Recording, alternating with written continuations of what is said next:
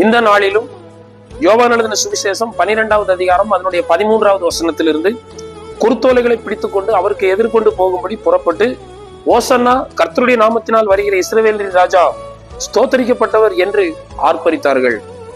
வேதவசனம் சொல்லுகிறது, இயேசு கிறிஸ்துவனுடைய காலத்திலே குருத்தோலைகளை பிடித்துக் கொண்டு கர்த்தரின் நாமத்தை மகிமைப்படுத்தும்படியாக ஓசன்னா என்று கர்த்தரை ஆராதித்தார்கள். எனவே இந்த ஞாயிற்றுக்கிழமை நாளிலும் ஓசன்னா ஆராதனையாக நாம் கர்த்தரை மகிமைப்படுத்துகிறோம்.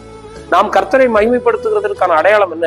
வெளிப்படுத்தின விசேஷத்தில் அவருடைய சிங்காசனத்திற்கு முன்பாக வெள்ளை அங்கிகளை தரித்து குருத்தோலைகளை பிடித்துக் கொண்டு அவருக்கு முன்பாக நிற்கிறவர்கள் உபத்திரவத்தின் வழியாக போய் அந்த வெண்வஸ்திரம் தரித்து குருத்தோலைகளை பிடித்து கர்த்தரை மகிமைப்படுத்த வேண்டும்.